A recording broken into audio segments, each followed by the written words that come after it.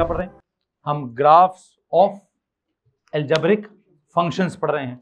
हमारा जो टॉपिक बना हुआ है वो क्या बना हुआ है? वो बना है जी ग्राफ्स ऑफ एल्जेब्रिक फंक्शंस बना है।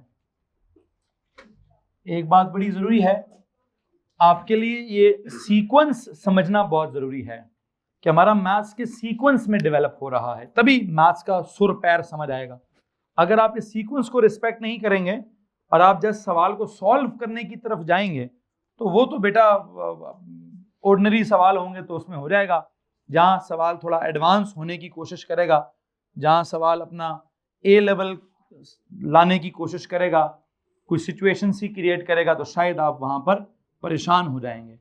लेकिन अगर आपकी इस मैथ्स की बिल्डिंग का जो बुनियाद है, जो पाइल्स हैं, जो स्ट्रक्चर खड़ा है जिस सीक्वेंस में, अगर आपका वो क्लियर होगा तो आपके लिए काम को करना बड़ा आसान हो जाएगा। और क्या क्लैरिटी डेवलप करनी है, दोबारा से जरा प्लीज सुन लीजिए। नंबर 1, हम अलजेब्रा में किस किस्म का अलजेब्रा पढ़ते हैं? ओ लेवल के बच्चे को अलजेब्रा में लीनियर वाला अलजेब्रा 100% आना चाहिए, चाहे वो लीनियर इक्वेशन हो, चाहे वो लीनियर इनइक्वालिटी हो, चाहे वो लीनियर साइमल्टेनियस इक्वेशंस हो। लीनियर के खाते में उसको कोई गलती नहीं होनी चाहिए। जबकि ए लेवल्स की क्लास में क्या कराया जाता है कि भाई आपका ना क्वाड्रेटिक्स वाला अलजेब्रा खराब नहीं होना चाहिए। आपको क्वाड्रेटिक इक्वेशंस के बारे में भी सब कुछ पता होना चाहिए, आपको उसके क्वाड्रेटिक फार्मूला के बारे में, आपको उस क्वाड्रेटिक फार्मूला के अंदर डिस्क्रिमिनेंट के बारे में, आपको क्वाड्रेटिक इनइक्वालिटी के बारे में, आपको क्वाड्रेटिक साइमल्टेनियस इक्वेशंस के बारे में, मतलब जो भी उसका अलजेब्रा हैंडल करना है वहां कहीं ना कहीं आपको कोई भी मस्ती या प्रॉब्लम नहीं होनी चाहिए। ठीक है जी। फिर हम चलते हैं आगे ग्राफ्स की तरफ। ग्राफ्स में जब हम जाते हैं तो ओ लेवल का ग्राफ का वर्जन क्या है कि बच्चे को ग्राफ को ड्रॉ करना आना चाहिए। आप उसे किसी भी इक्वेशन का ग्राफ कहेंगे तो वो क्या करेगा, वो उसका टेबल बना लेगा, टेबल को कंप्लीट करेगा, पॉइंट्स को प्लॉट करेगा, प्लॉट करके ग्राफ को ड्रॉ करेगा। हमारा क्या मुद्दा है? ए लेवल हम कहते हैं भाईजान इतना टाइम नहीं है मेरे पास कि मैं उसका क्या बनाऊं, टेबल बनाऊं, टेबल के बाद प्लॉट करूं, प्लॉट करने के बाद उनको स्केच, वो क्या कहते हैं बड़ी स्मूथ कर्व बनाऊं। इतना टाइम से हम क्या करें, स्केच करें। हमें लीनियर इक्वेशन का स्केच भी बहुत क्लियर होना चाहिए, वैसे ओ लेवल में भी क्लियर होना चाहिए। ठीक है। और हमें व्हाट इज दिस, सारे वहां रखवा दो, मैं फिजिक्स की क्लास में लेता हूं। क्या बात हो रही थी? अच्छा, ओ लेवल वाले बच्चे से क्या एक्सपेक्टेशन है कि यार उसको लीनियर वाला सारा मसला उसका हल हुआ होना चाहिए। उसको क्वाड्रेटिक में कहीं ना कहीं वो फंसता है या रेसिप्रोकल में कहीं फंसता होगा, लेकिन उसका मसला भी कहता है यार तू टेबल बना के ग्राफ ड्रॉ कर ले। ए लेवल वाले से क्या एक्सपेक्ट किया जा रहा है कि भाईजान तुम्हें ना लीनियर वाली तो ग्राफ आनी चाहिए, तुम्हें क्वाड्रेटिक वाले का भी ग्राफ ड्रॉ नहीं करना, तुम्हें स्केच करना है। तुम्हें पता होना चाहिए ऊपर की तरफ मुंह खोलेगा के, नीचे की तरफ मुंह खोलेगा के, आगे की तरफ मुंह खोलेगा के, पीछे की तरफ मुंह खोलेगा के। मुंह खुलेगा ही नहीं, हर तरफ से बंद होगा। मतलब x के ऊपर स्क्वायर होगा और y लीनियर होगा तो पैराबोला आपकी वर्टिकल होगी, या ओपनिंग अपवर्ड्स या ओपनिंग डाउनवर्ड्स। x लीनियर होगा और y पे स्क्वायर होगा तो पैराबोला या उस तरफ खुलेगी या उसमें से हम क्या करेंगे, हम कहेंगे नहीं जी हमने y पे स्क्वायर रखना ही नहीं है, हमने तो पता नहीं y को सभ्य बनाकर x पेंड रूट, तो हमने एक नई साइंस निकाली हुई है। लेकिन बहरहाल ओरिजिनल साइंस क्या है? ओरिजिनल साइंस ये कहती है कि x पर अगर स्क्वायर है और y लीनियर है तो क्या होगा, वर्टिकल ऊपर नीचे पैराबोला होगा। x अगर लीनियर और y पर स्क्वायर है, मतलब क्वाड्रेटिक इक्वेशन है विद रिस्पेक्ट टू y, तो या पैराबोला उस तरफ को खोलेगा या पैराबोला इस तरफ को खोलेगा। और उसकी अगली साइंस क्या है जी, x पर भी स्क्वायर है एंड y पर भी स्क्वायर है तो क्या होगा, तो भाईजान वो पैराबोला जो है ना हॉरिजॉन्टल वर्टिकल नहीं, वो गोल गोल गोल गोल घूमेगी हर तरफ से। इसमें किसी को मसला है? जब वो गोल गोल घूमेगी हर तरफ से तो क्या होगा, तो सर जी सर्कल की इक्वेशन बनेगी। अब सिर्फ यहां तक नहीं जाना, अब वो कहता है भाई ये जो तुमने तीनों के बारे में इस तरह की कहानी सुनी है, क्वाड्रेटिक्स के बारे में कि quadratic with respect to x का ग्राफिकल वर्जन ऊपर नीचे का है, quadratic with respect to y का ग्राफिकल वर्जन पैराबोला इस तरफ है, quadratic with respect to both x and y का ग्राफिकल वर्जन इस हर तरफ से गोल गोल घूमना है।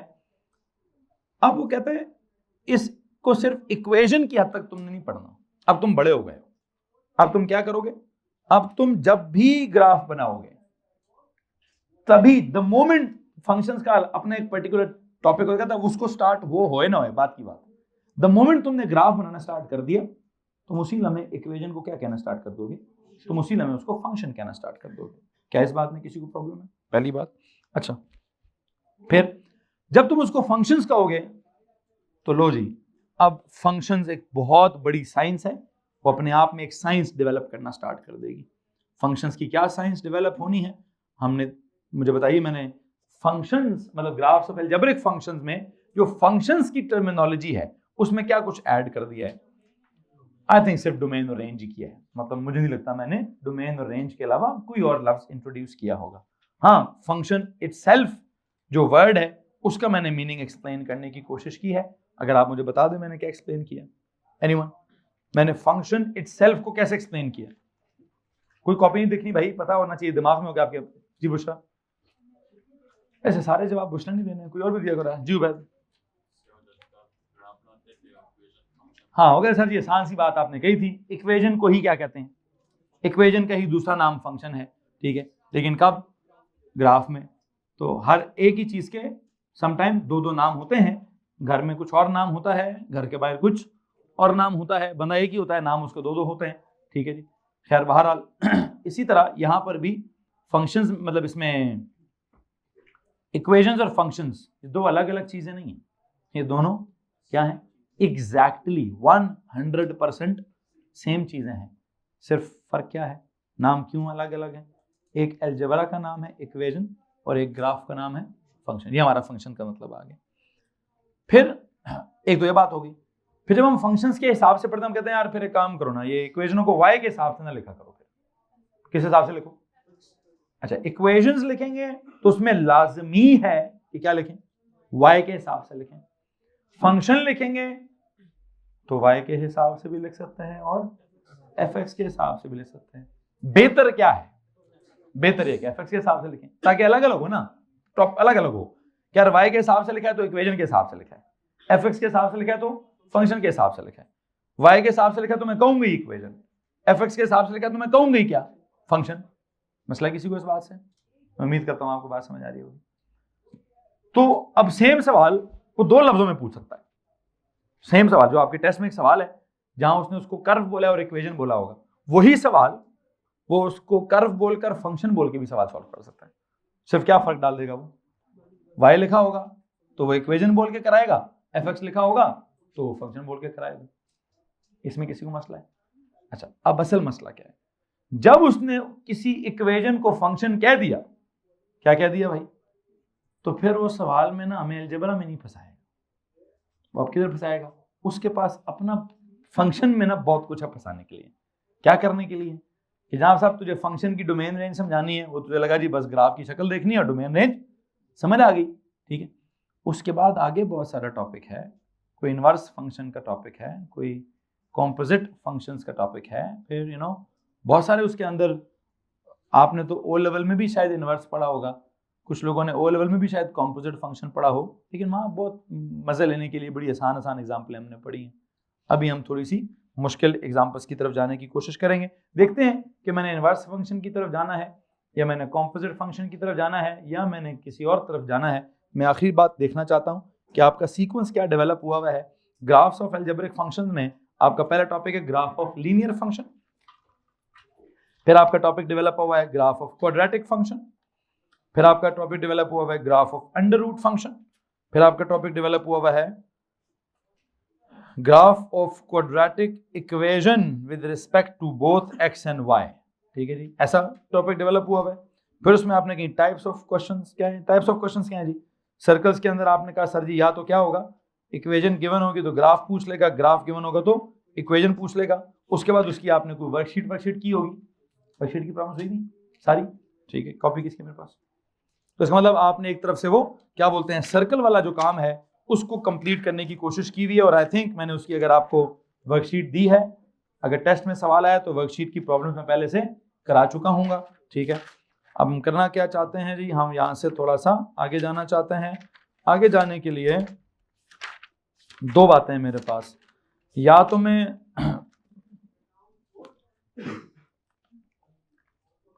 टाइप ऑफ फंक्शन को थोड़ा सा चेंज कर दूं कि जैसे लीनियर चल रहा था तो क्वाड्रेटिक चल रहा था, quadratic with respect to x चल रहा था, फिर quadratic with respect to y चल रहा था, फिर quadratic with respect to both x and y चल पड़ा है। अब एक ऑप्शन मेरे पास ये है कि मैं क्वाड्रेटिक से निकलकर किसी और फंक्शन पे चला जाऊं, या तो क्यूबिक पे चला जाऊं, हाँ जी, मतलब या तो पावर 2 से बड़ी ले जाऊं या पावर 1 से भी छोटी कर दूं, -1 वाली पावर पे चला जाऊं, ठीक है जी।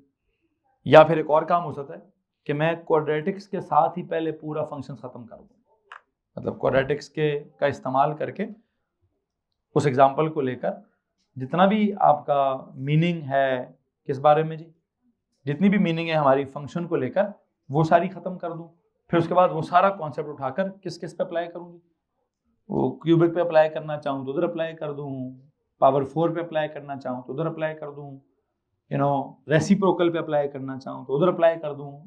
तो मैं देखता हूँ कि मुझे यहाँ से आगे क्या करना है क्या नहीं करना। आप अगर मुझे स्पेसिफिकेशंस दे देंगे तो मेरे लिए थोड़ी सी बात जो है वो आसान हो जाएगी।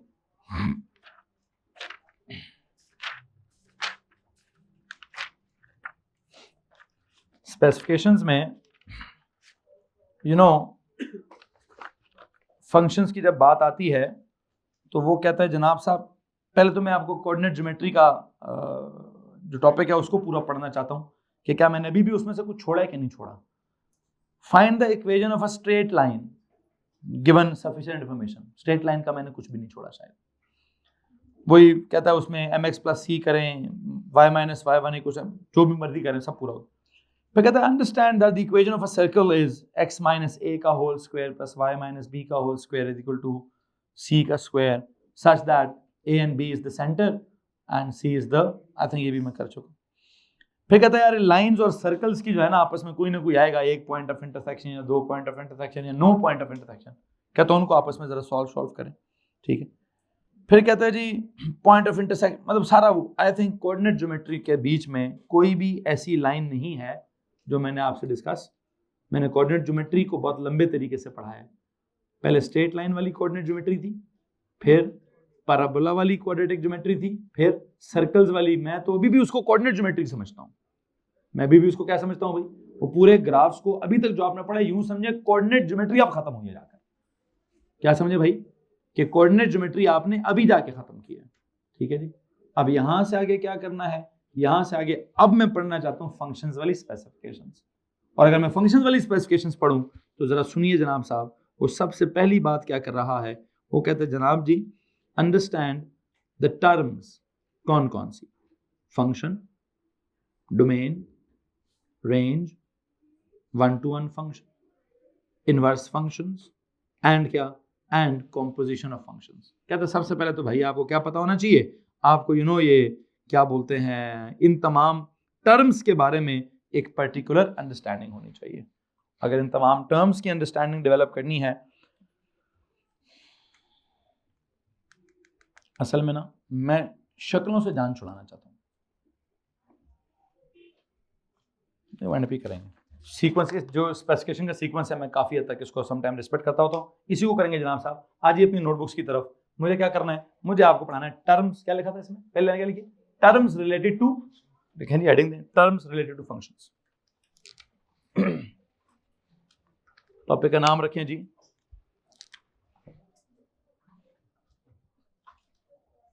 Terms related to functions, terms related to functions. जी बच्चों, टर्म्स रिलेटेड टू फंक्शन में प्लीज टेल मी, पहली टर्म तो आई थिंक जो उसने लिखी है वो फंक्शन इटसेल्फ लिखा हुआ है। फंक्शन क्या होता है पहले तो वो समझाओ। Number 1 it is function,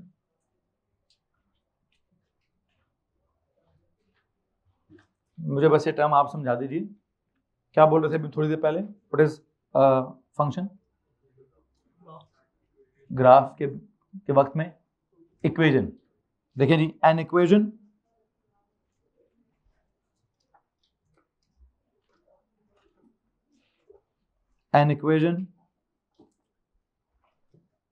or a relation, you can call it equation or relation, an equation or a relation, an equation or a relation between what?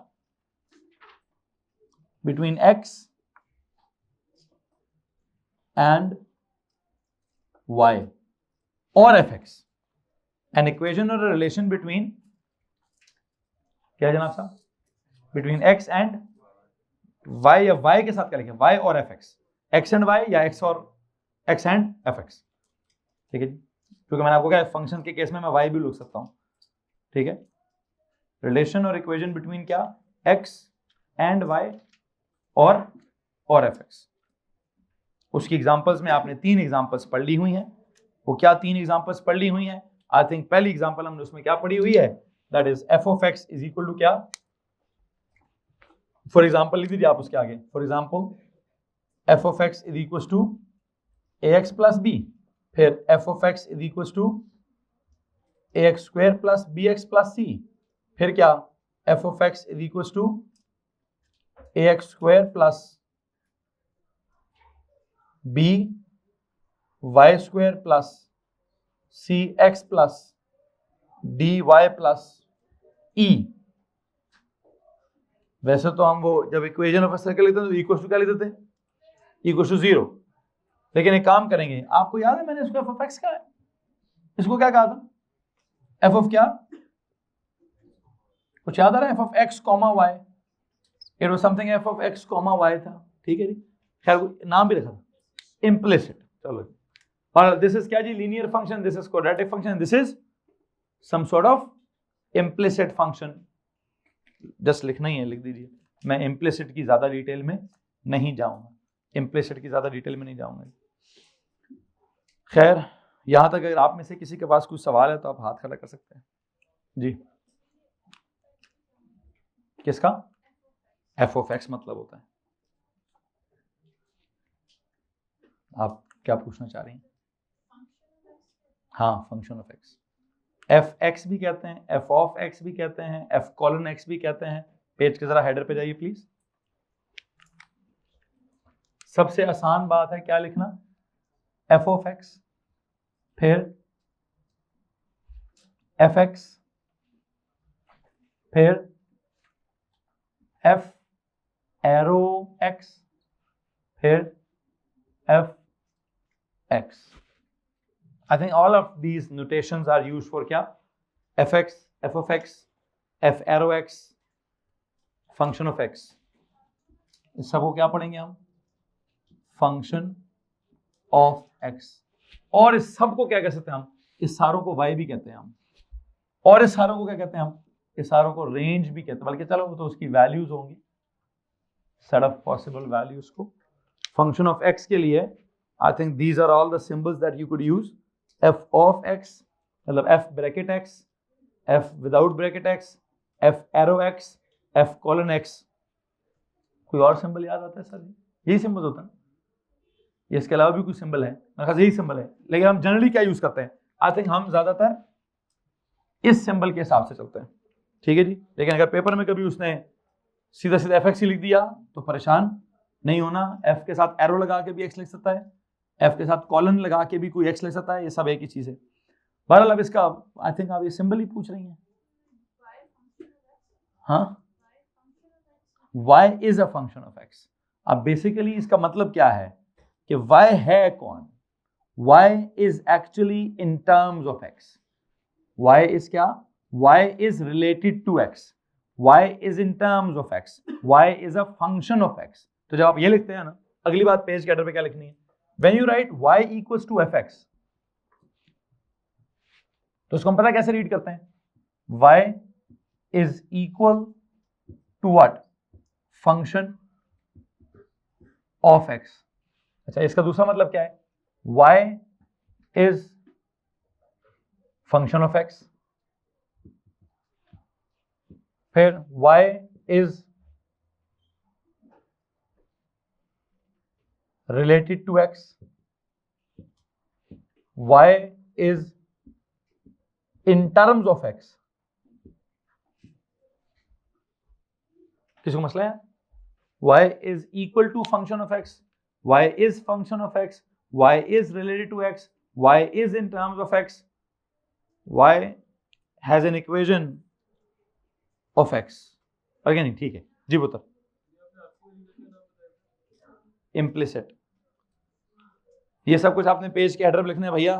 किस किस बात को, पहले मैंने किसके सिंबल्स दे दिए, फंक्शन ऑफ एक्स के आपको सिंबल्स दे दिए। फिर वो कहते हैं sir y is equal to f x का मतलब क्या होगा। मैंने कहा जी y is equal to f x का मतलब ये है कि y is equal to f of x, y is f x, y is related to x, y is in terms of x। I think यही अंग्रेजी बनती है। आपके दिमाग में अगर कोई और वर्ड्स डेवलप होते हैं तो आप हाथ खड़ा कर सकते हैं। एनीवन जी। y इज द, हाँ y depends upon x, exactly आप ये भी कह सकते हैं y is in terms of x, या y इज डिपेंडेंट अपॉन क्या, y depends upon x, y depends upon x, y is dependent upon x। बिल्कुल, मतलब अंग्रेजी आप जितनी मर्जी सिनोनिम्स निकालते जाएं तो आगे बात चलती जाएगी। बहरहाल आपको जो मैं बेसिक बात बताना चाहता हूं कि y is related to x, y is in terms of x को प्योर तरीका क्या है लिखने का, इसका प्योर तरीका है y is function of x। ये लिखना चाहिए, क्या लिखना चाहिए, y is function of x। अच्छा, और असल में ये अब उसकी वजह है कि सर वो जो एफ एक्स क्या होगा, y is in terms of x का मतलब क्या है कि basically y is equal to 3x plus 5। What does it mean, y is in terms of x, y is equal to 3x square plus 5x plus 3। What is it sir जी, y is in terms of x। y की जो भी equation आप लिखेंगे वो जो function होगा वो क्या होगा, इन द टर्म्स ऑफ, क्या जो भी मैं समझाना चाहता था। आई होप आप उस जुमले को पिक कर चुके। वापस आए जनाब साहब, तो फंक्शन का जो मीनिंग है आपको इधर से समझ आ गया होगा, फिर आपको फंक्शन का जो मीनिंग है वो इधर से समझ आ गया होगा, फिर आपको फंक्शन का जो मीनिंग है वो इधर से समझ आ गया होगा। और भी अगर कोई दिमाग में बात आती है तो प्लीज हाथ खड़ा कर दीजिए।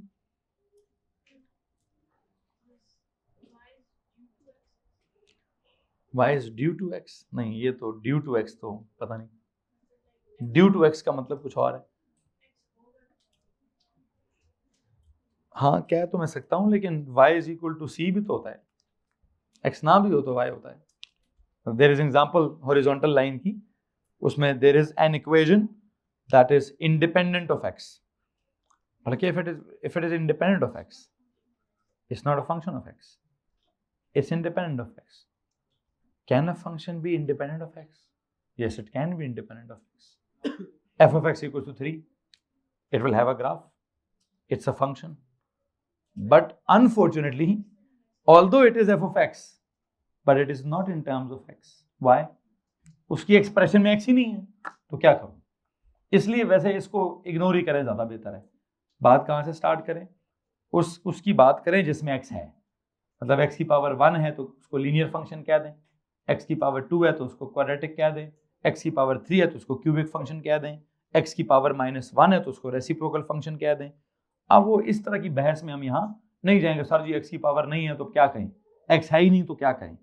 एक एग्जाम्पल तो है, एक स्पेशल किस्म की सिनेरियो तो है, लेकिन मेरा कोई मूड नहीं है कि मैं उसका कोई ग्राफ बनाऊं, ग्राफ बना के कहूँ कि देखो ना ग्राफ है तो फंक्शन है, और फिर कहूँ सर देखे ना वेरिएबल नहीं है तो फंक्शन नहीं है। आई एम सॉरी, दोनों बातें ठीक है।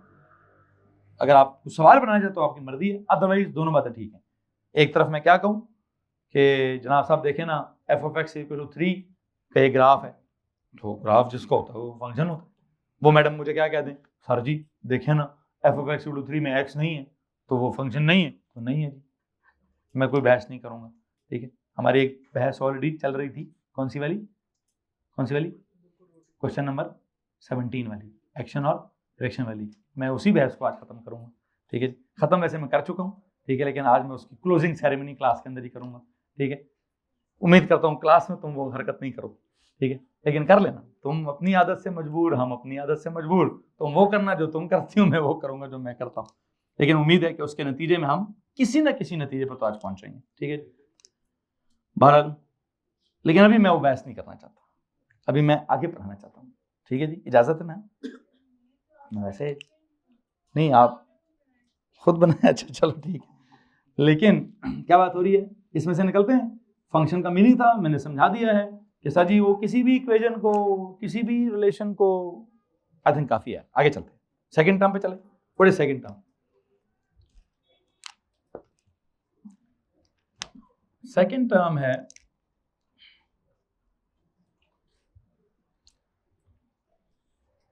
डोमेन, चलो डोमेन कर लो भाई। Second term is domain. वैसे मेरा स्पेसिफिकेशन में पढ़ते हैं उसका क्या सीक्वेंस है। उसने पहले क्या फंक्शन समझाओ फिर क्या समझाओ। जिस सीक्वेंस में वो टर्म्स इस्तेमाल कर रहे हैं मैं उसी सीक्वेंस मुझे दे दो बेटा। फंक्शन के बाद डोमेन ही है, मतलब क्या डोमेन लिखे, डोमेन लिखे। Tell me what is domain, क्या होता है डोमेन? सेट ऑफ, नहीं ऑल द, नहीं, हाँ, set of all the possible values of x, the input of the function, या तो कह दीजिए input of the function, input of the function, या क्या कह दीजिए सेट ऑफ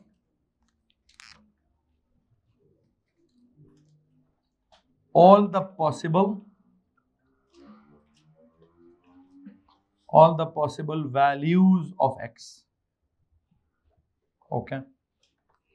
और उसकी एग्जांपल्स में मैंने आपको लीनियर की डोमेन भी लिखवाई हुई है, क्वाड्रेटिक की डोमेन भी लिखवाई हुई है, आखिरी किसी लेक्चर में सर्कल की डोमेन भी लिखवाई ही होगी। बहरहाल किसी के पास कुछ सवाल है तो आप पूछ सकते हैं। I hope you know linear वाले की डोमेन क्या होती है, all what, all real numbers. Quadratic वाले की डोमेन क्या होती है, मतलब general domain all real numbers, ठीक है। हाँ, वो जो अंडर रूट वाला फंक्शन था उसकी डोमेन में पढ़ा है। y is equal to under root of x की क्या डोमेन थी, greater than equal to 0, only positive numbers. क्या आप उसमें नेगेटिव नंबर्स पुट, क्यों? अंडर रूट ऑफ x में under root of minus put करेंगे मैथ्स खराब हो जाएगी, मैथ्स अनडिफाइंड हो जाएगी, मैथ्स का मतलब नहीं निकलेगा, तो आप उसको ना ही पुट करें तो ज्यादा बेहतर है। इसलिए कहता है all the possible value, x की तो कोई भी वैल्यू सकती है, लेकिन possible values of x for which the function is defined, you know क्या होगा जी, I think set of all the possible values of x for विच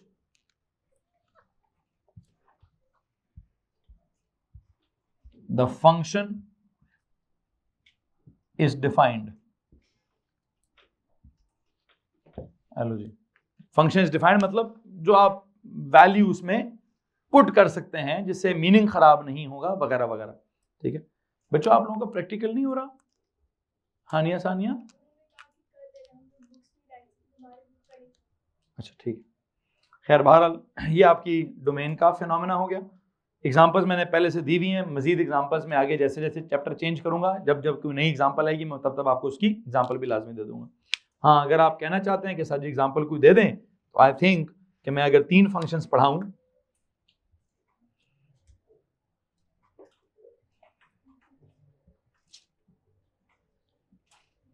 तो इस केस में क्या होगा जी, इसकी डोमेन क्या होती है, ऑल रियल नंबर्स।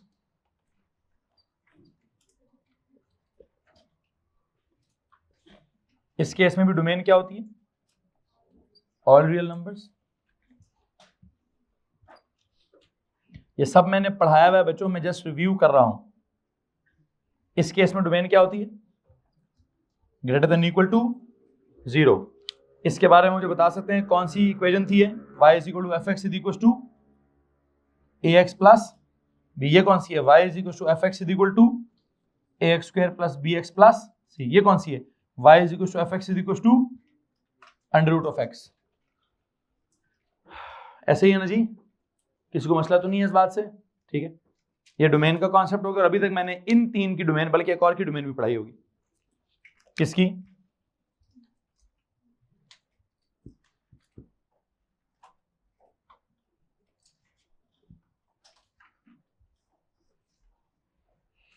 ये क्या है जी, इसको एफ ऑफ एक्स लिखते ही नहीं है, इसको एफ ऑफ एक्स को वाई लिखते हैं, और वो क्या होता है, एक्स माइनस ए का whole square plus y minus b का whole square is equal to c का स्क्वायर। इसका जो सेंटर है वो क्या है, ए कॉमा बी, ठीक है। इसका रेडियस जो है वो क्या है, सी। क्या रेडियस है जी, इसका सी। तो जो इसकी डोमेन होगी, can you please tell me what would be इस डोमेन, एनीवन? सेंटर के कोऑर्डिनेट्स क्या है, ए, तो डोमेन क्या होगी, ए से कितना आगे जा सकता हूं और ए से कितना पीछे जाना है, ए से सी स्टेप आगे जा सकते हैं और ए से C स्टेप्स पीछे जा सकते हैं। This could be the domain, this could be the domain. यही 4 पढ़े हैं ना। x इक्वल्स दिस लिखा है, या y equals fx equals this लिखा है, या y equals fx equals to this लिखा है। यहाँ क्या लिखा है? या y equals fx equals this नहीं लिखा है, क्योंकि ये क्या नहीं है, it's not just fx, it's actually f of x comma y। तो दिस इज सम, पता नहीं क्या होता था ये। इसके y पे क्या करूं जी, बल्कि जैसे लिखा है वैसे ही ठीक है यार। y is equal to f x board पे लिखें, y एक्सिस पे लिखें, है तो y एक्सिस ना, मैं एक्सिस का नाम तो नहीं चेंज कर सकता अभी। एक्सिस का नाम तो मैं y ही रखूंगा और उसी को हम एफ एक्स भी बोलते हैं। लेकिन इस वक्त ये जो पूरी शक्ल बनी हुई है, इस पूरी शक्ल को हम क्या करें, आप एक काम करें सर, हमें पता ही नहीं है f of x comma y क्या होता है। एक्स कॉमा वाई वाली टर्म हमारे सिलेबस में है ही नहीं, इम्प्लिसिट वाली इक्वेशन का लफ्ज़ हमारे सिलेबस में है ही नहीं। बस एक एग्जांपल थी सर जी, आपने ड्रॉ की हुई है, उसकी डोमेन हम बता सकते हैं। आप किसी के पास कोई मसला है तो प्लीज़ हाथ खड़ा कर दीजिए। एनीवन? ये अभी तक के पढ़ाई हुई सारी समरी है भाई। अभी तक ये 4 मैंने इन्हीं की सारी केमिस्ट्री, इन्हीं की सारी केमिस्ट्री नहीं, इन्हीं की सारी मैथ्स आपको सुनाई हुई है कि लीनियर की मैथ्स क्या है, क्वाड्रेटिक की मैथ्स क्या है, क्यूबिक की मैथ्स क्या है। अच्छा, आखिरी चीज़ मुझे बता दीजिए, आखिरी चीज़ क्या है? Range is the third term. Range का क्या सीन है? Output of the function. What is range? It is the output of the function. अभी तक पिछला लेक्चर ही रिव्यू हो रहा है, nothing new is being added. तो आउटपुट ऑफ द फंक्शन को क्या बोलूं? सेट ऑफ क्या? सेट ऑफ ऑल द, बताएं बच्चों जी, पॉसिबल वैल्यूज ऑफ y, या फिर y और f of x। All the possible values of y या all the possible values of f x। यहां बताइए y की क्या वैल्यूज हैं? लीनियर वाले केस में y की क्या वैल्यूज होती हैं? y की, जैसे यहां पे आपने कहा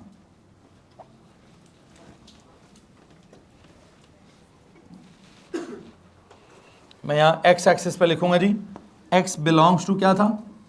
और रियल नंबर। यहाँ भी x बिलोंग्स टू क्या था? और रियल नंबर। यहाँ क्या था? x सिर्फ क्या होना चाहिए?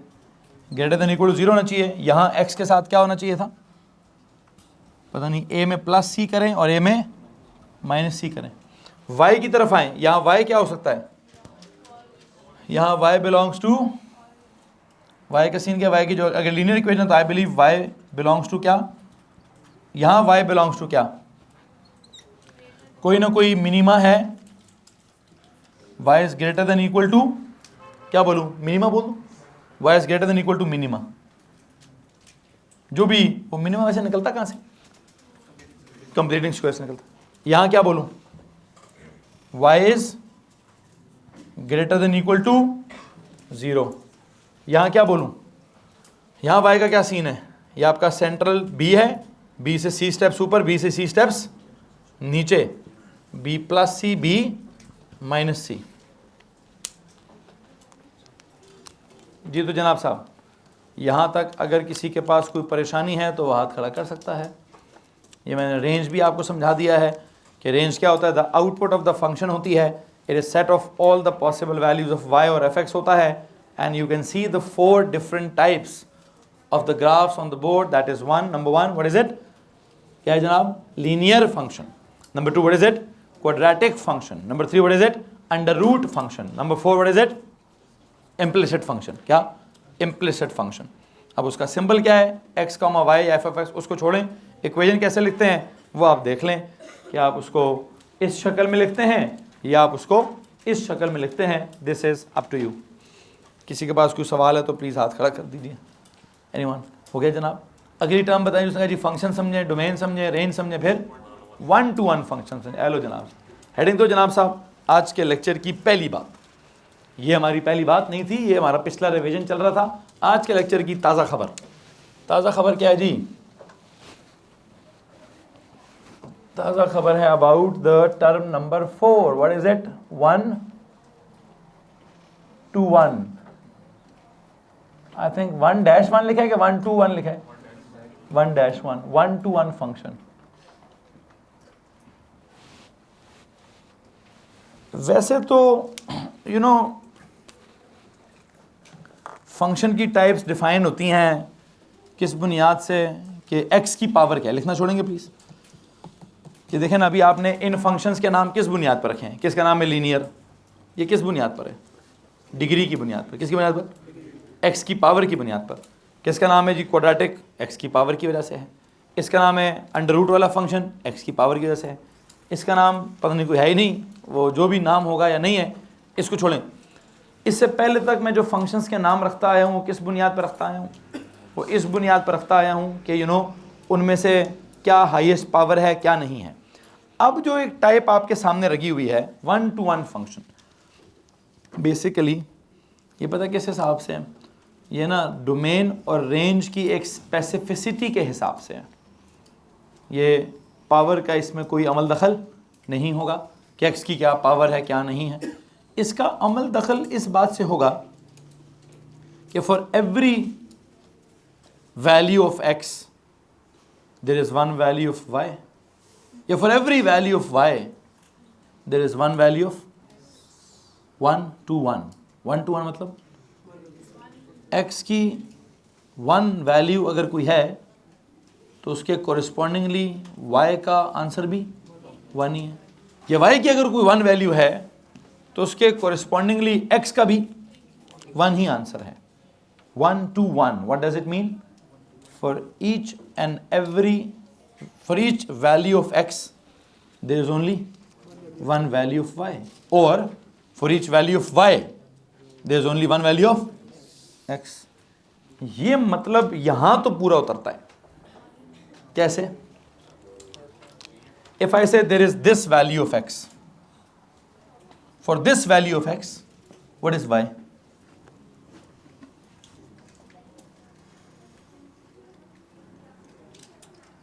ये लो जी, for this value of x there is only that value of y, और for this value of y there is only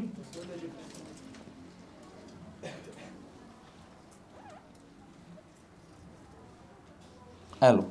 For one value of y, there is only one value of x. What is this? This is 1-to-1 function. Any issues with this? Okay. इधर आते हैं. But if I look at this value of y, हाँ यहाँ x एक होगा तो y एक ही होगा, लेकिन मतलब मैं काम करता हूँ कैसे जाऊँ? मैं पूछना चाहता हूँ what for this value, if this is the value of x,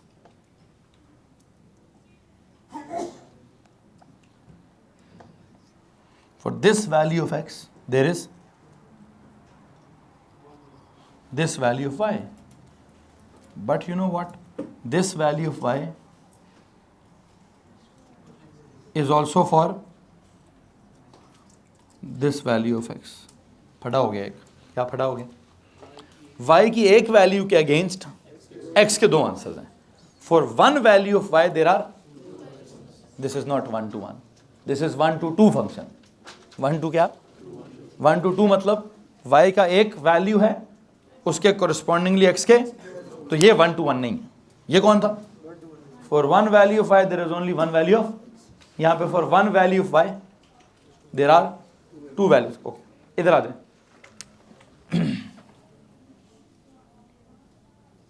यहां क्या सीन है? For this value of x there is only, और for this value of y there is only, तो यहां क्या है? यहां भी एक ही सीन है जी। For any value of y there is only one value of x। So I think ये भी क्या है? ये भी 1-to-1 है। लेकिन यहां आ जाए, यहां क्या है?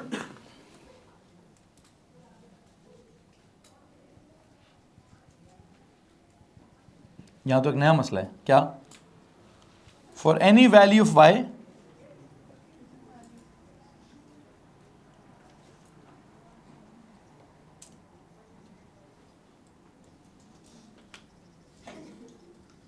बनाना नहीं है, सिर्फ सुनना है अभी।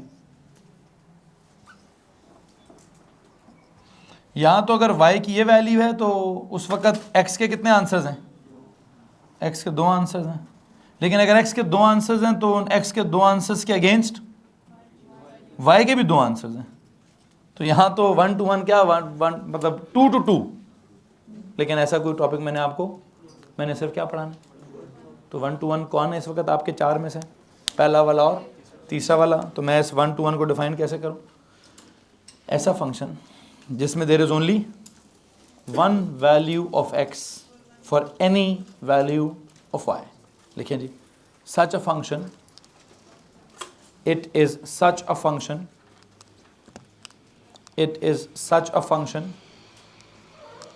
in which